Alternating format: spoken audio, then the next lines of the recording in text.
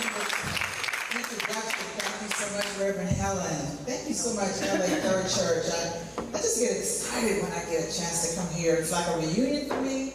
I love the electricity, the spirituality, the love, the smiles, the hugs, and the openness of mind to just continue to grow.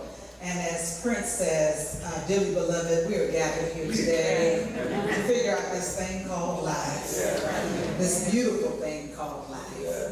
Would you just be with me in a moment as I ask the Lord to search my heart?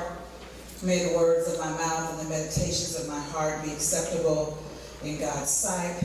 I wish to align my mind with the divine, that I would be increased, and that God's word and God's love and God's peace and God's power would be reflected to this vessel that willingly stands here in this sacred space to be a blessing and to be blessed in return.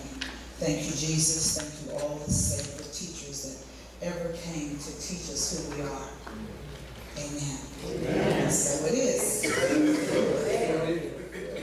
Let's take a deep breath.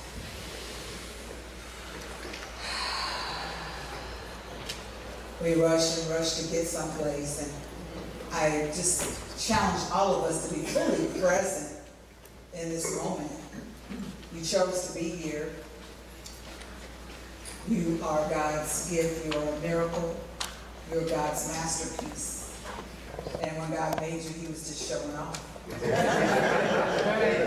I am so honored to stand here and look into your faces, to see my family and to see friends and new friends. And I believe that my assignment today is to go back to the very beginning when I was introduced to this thought teaching, how powerful our thoughts are. That was a game changer for me when I realized that our thoughts are powerful. That whatever we think begins to manifest. They didn't teach me that at Compton High School. I didn't learn that at the kitchen table in Washington, D.C. where I was born. I didn't learn that at college at Cal State Dominguez Hills. It was a gradual process of understanding that whatever thoughts I hold dear, whatever dominant thoughts I have, they begin to show up in my life, whether I like it or not. And to understand the power of that was a game changer. As I prepared this lesson, I was challenged to remember that our skin is brand new every 35 days. That every cell in our liver changes every 6 weeks. We have a brand new liver. I don't care much Cavassier or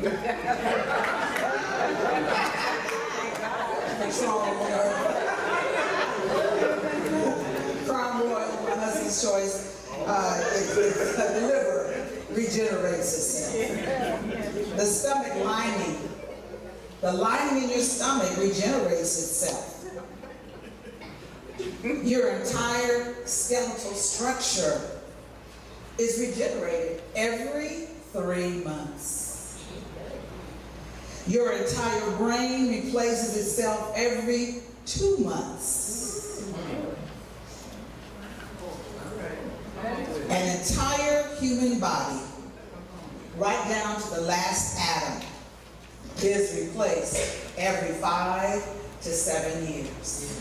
You are not who you were 7 years ago. Is that good news?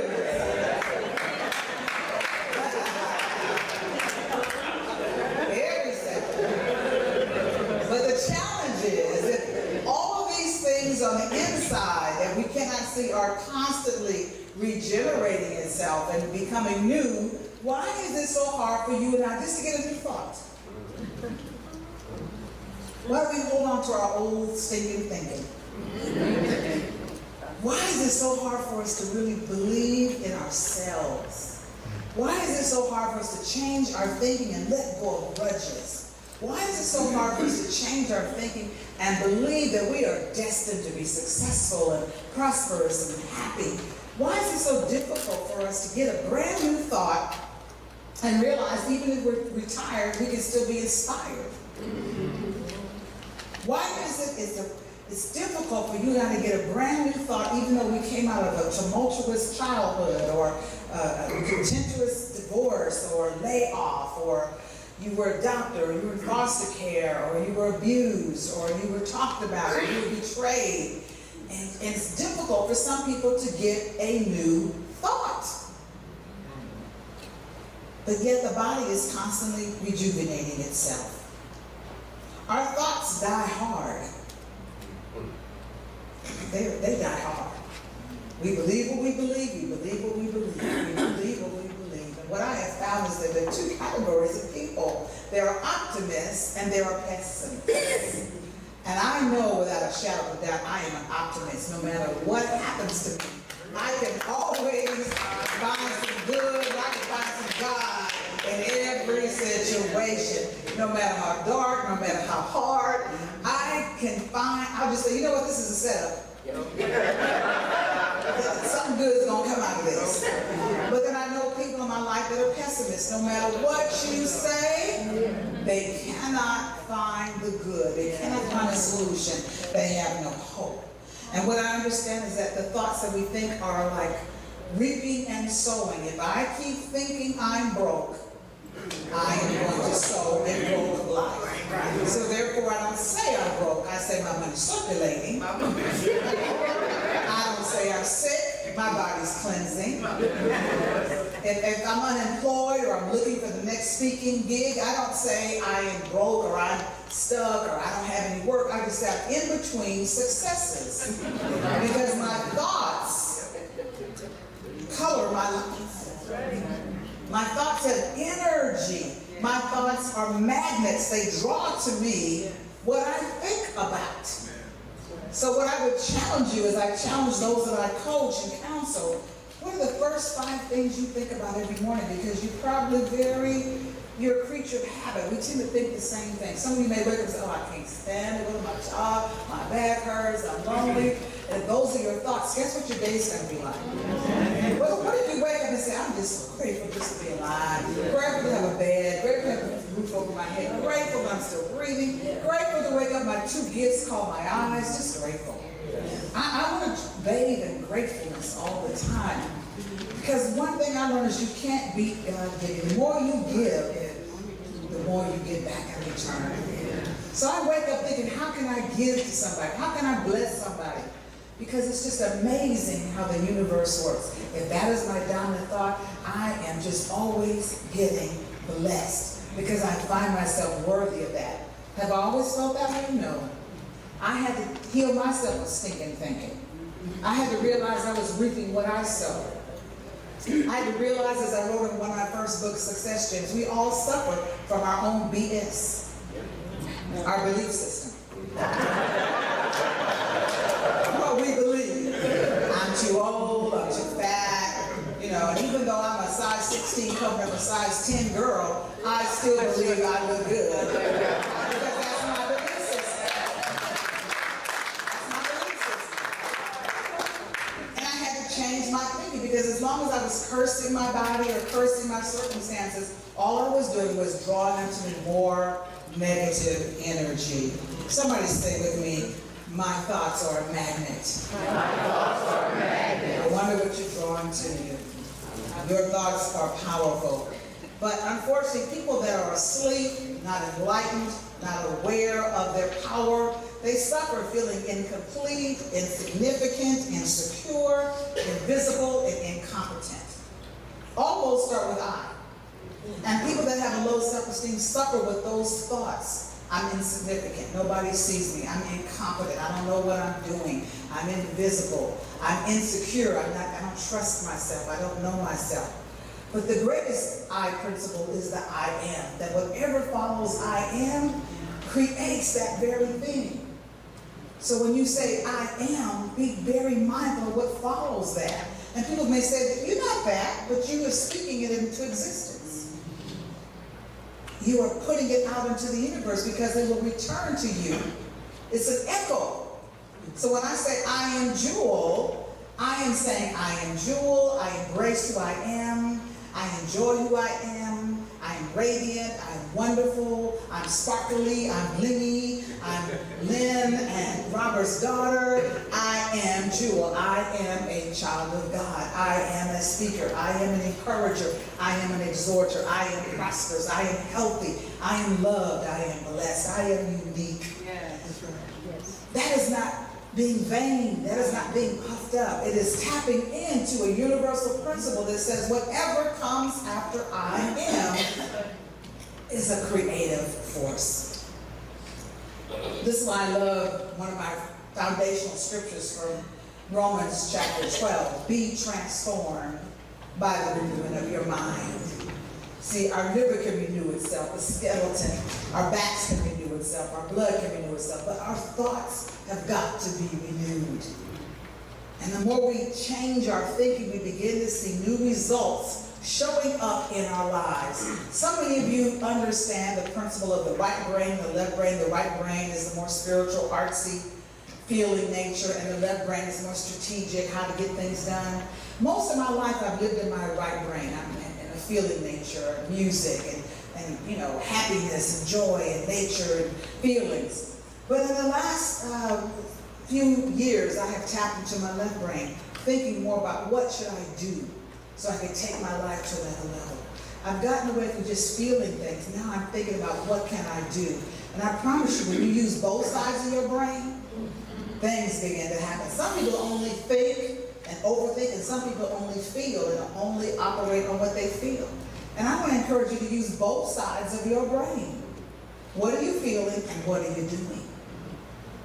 If you're just feeling all the time, you get trapped in emotions like anger and jealousy and grudges and exhaustion and fear.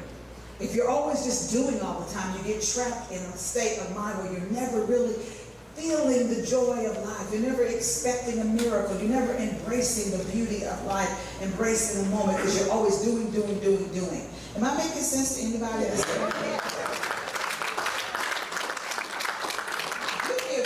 And if I say something that you could relate to, would you just say, that's me? Okay. That would really encourage me. That's me. So, okay, thank you. Now, I had an experience a few years ago when our phones would get stuck. Remember, you couldn't open it up, you couldn't use it, and you take it to the phone company and say, you know what? The only thing we can do is give you a hard set. Remember that? Now when that happens, they can change over your contacts and your images. You don't lose anything. But there was a time when your phone broke or your phone got stuck. You lose all the contacts and lose all your pictures. And I remember the last time that happened, I was so upset because I lost a lot of pictures and I lost a lot of contacts. And I realized that's how life is. Sometimes life says it's time for a hard set. You've got to let go of some things. And we don't like the hard set. But what I realized over time, I got new pictures. The people that needed me in contact with me called me. Some contacts I lost. And sometimes life is pushing us to have a hard set. To stop thinking about what used to be. I'm guilty of that. I would, do a drive-by down 136th Street in Compton and think about my childhood there. I can't go back. You can't go back.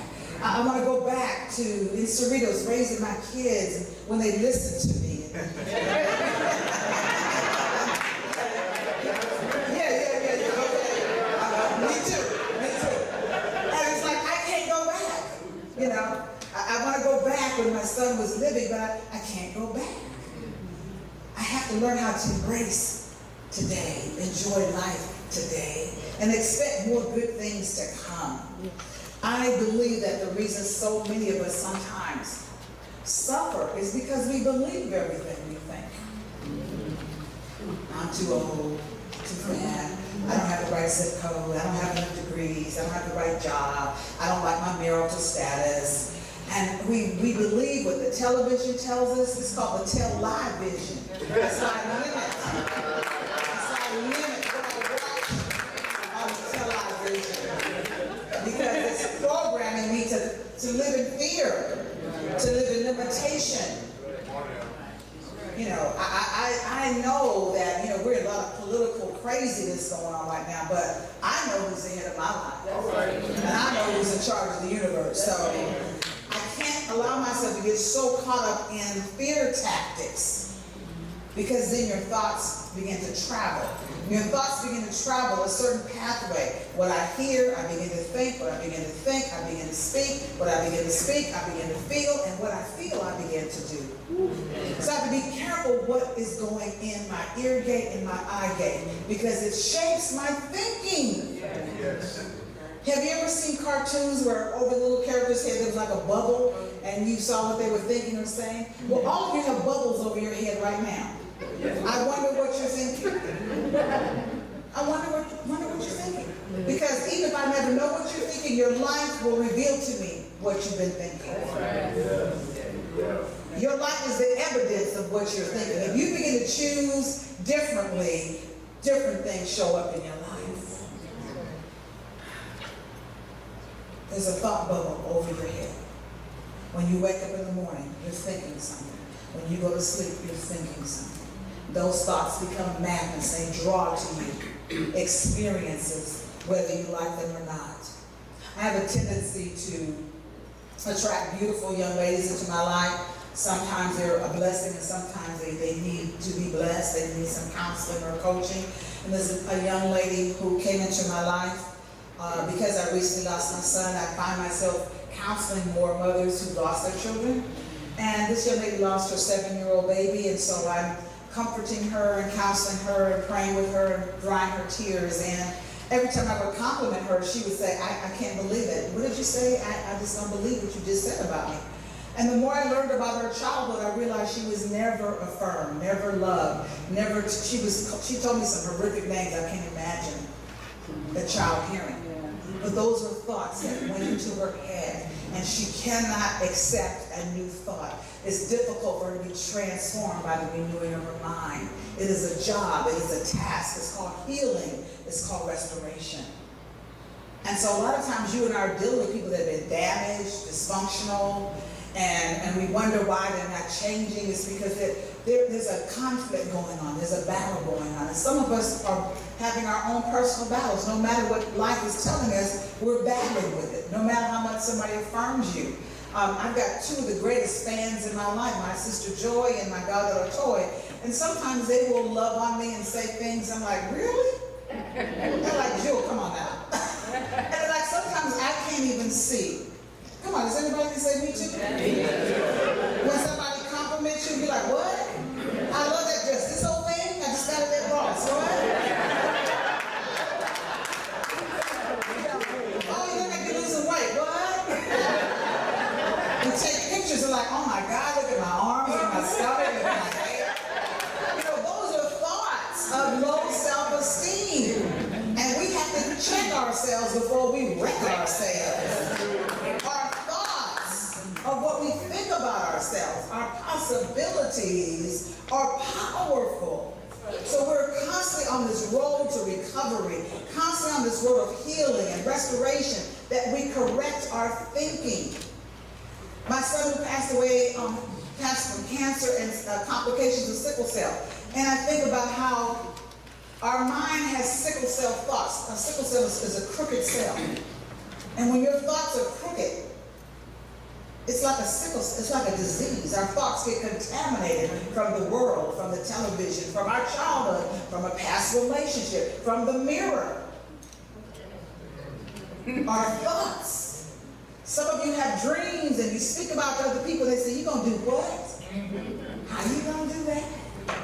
It's a recession, it's this, you too old, you don't have a degree. You have to shut those people down. And you have to seek out like-minded people. I love being around people like the Wendy's and the Vons and Minister Helen, because these people are passionate. Yeah. When you embody passion, you're excited about what God gave you to do. It is like iron sharpening iron, and it becomes very contagious. Our thoughts affect our reality, and either we're a pessimist or an optimist. Either you're going to go through life saying the glass is half full, or it's half empty, or you're going to say, I'm just glad I got a glass.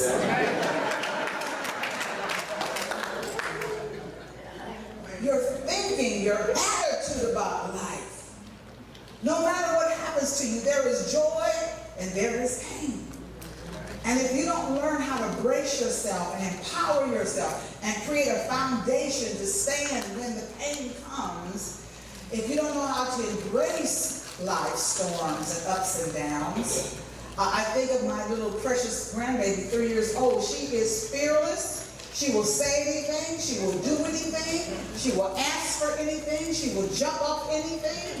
She is amazing. And I think about pretty soon she'll be in school where her personality will be shut down.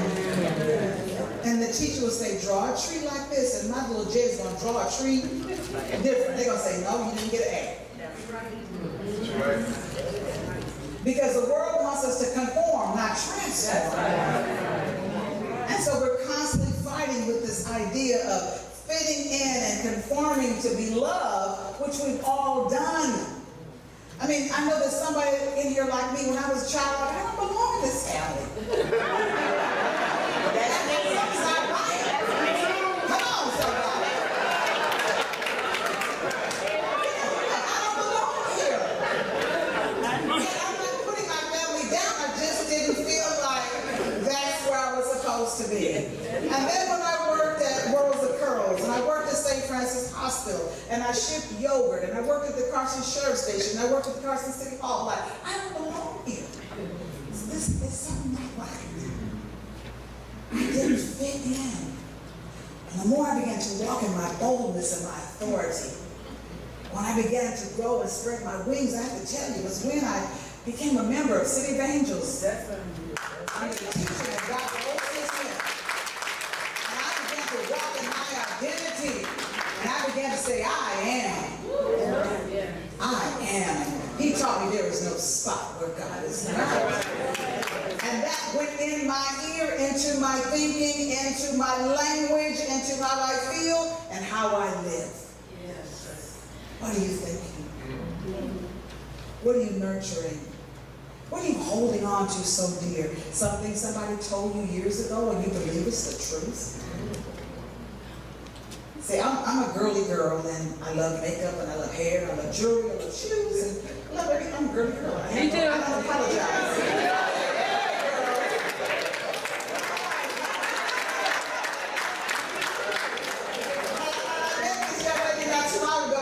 She kept always complimenting me, and I'm like, well, okay. I mean, I wake up looking like this. I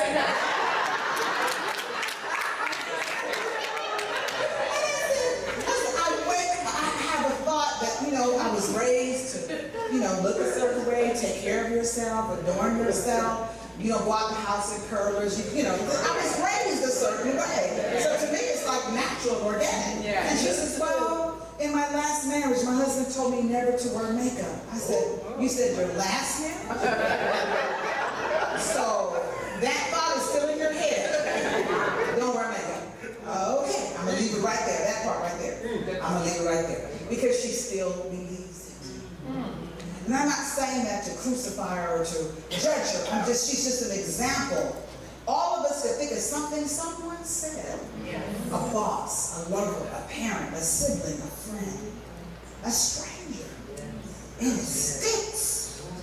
And then you have to say, wait a minute, that is a lie. That is not the truth.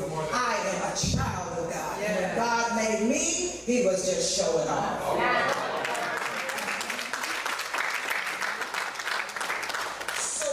Share with you succinctly is that even though I'm called a motivational speaker, I realized some time ago you can't really motivate people. I can inspire you. I can share testimony. I can give you information. I can share my wisdom. I can share my journey. But really you have to motivate yourself. And when a person becomes motivated, it's usually because of their pain. They're in pain about their finances. They're in pain about their body.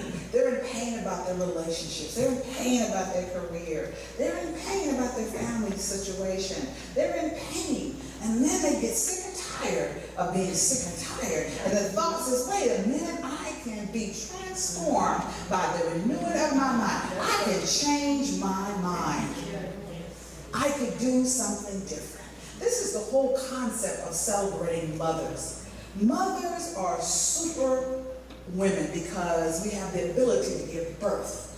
But men, you give birth to. And the whole concept is receiving a seed, nurturing the seed, expecting that seed to come into fruition, being proud about that seed.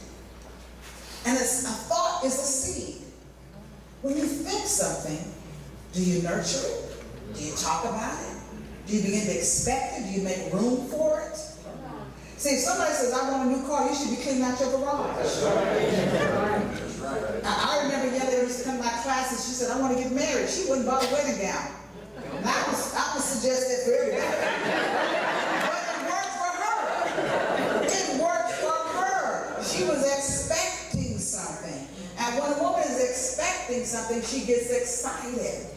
And I find far too many people that are not excited anymore. They're not expecting anything anymore. The pain of life has caused them to be bitter. And I have to admit, I have an addiction. I love to shop online. Me too. All right.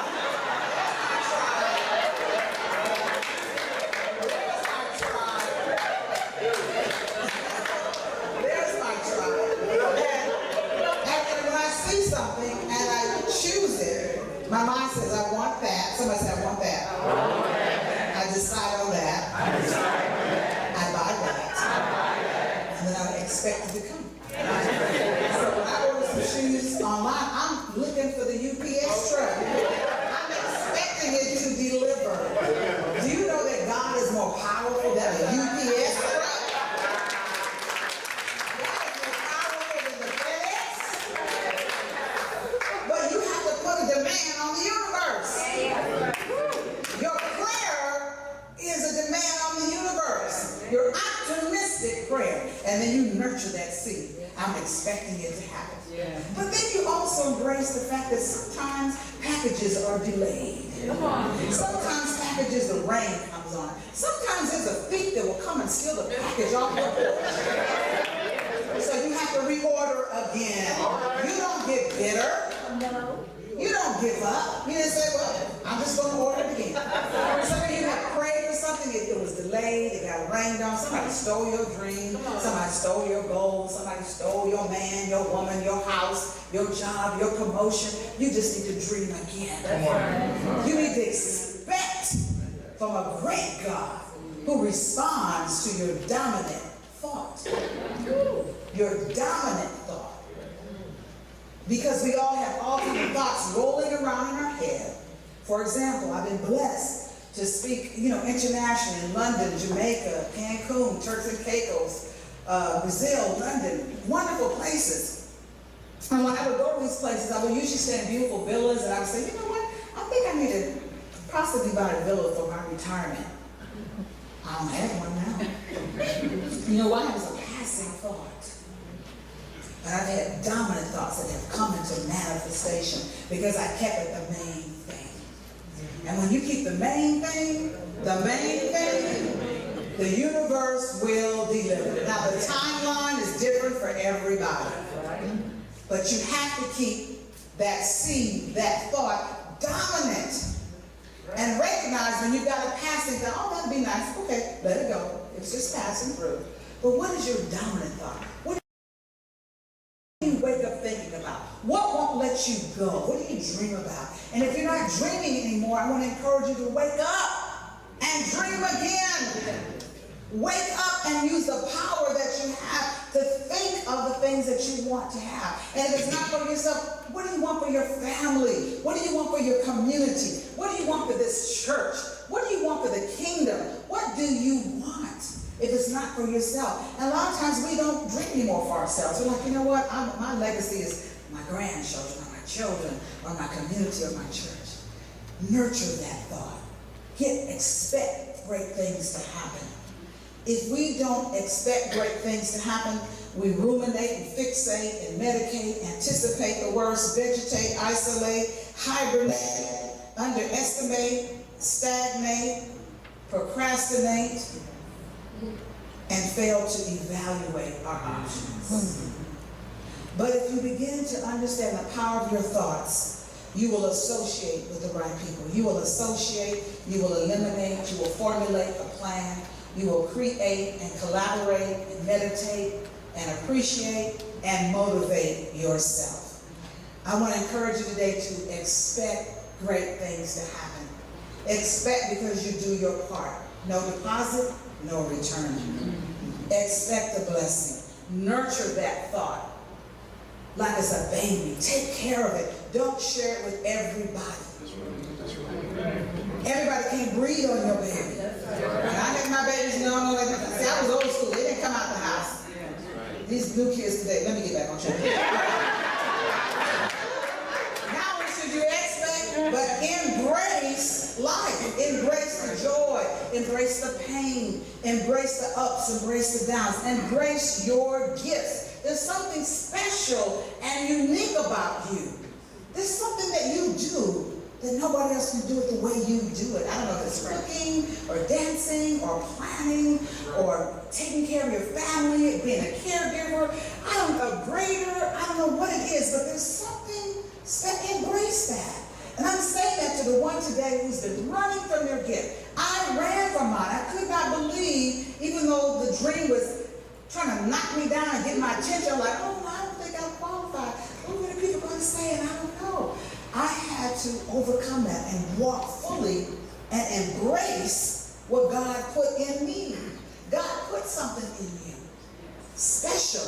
Just like your thumbprint nobody else has, that special something about you. You want to embrace that. Maybe you're a good talker and somebody said you talk too much, but you make a good lawyer. Huh? That's right. Maybe you love children, all the children in the neighborhood come to your house. Maybe you need to open up a child care center. They're making lots of money. Maybe whatever it is you do well and somebody told you you should do it, that may be just the thing. Embrace that. And also begin to just enjoy life. Enjoy the moment. Breathe in the day. You're still here. You're blessed. And I just love what Minister Frankie Beverly taught me. I love what he taught me. Because he taught me that no matter what goes on, embrace the joy and the pain. Why don't you stand up with me and just minister to yourself? Because that's what life is all about.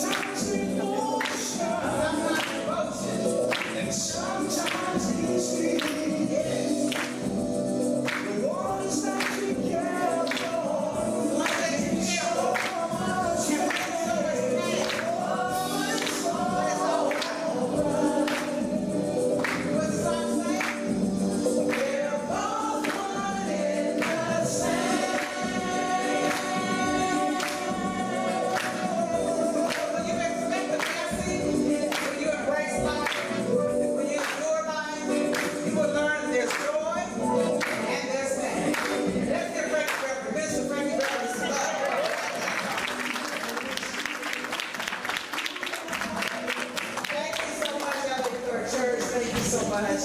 God bless you. I love you all. Thank you.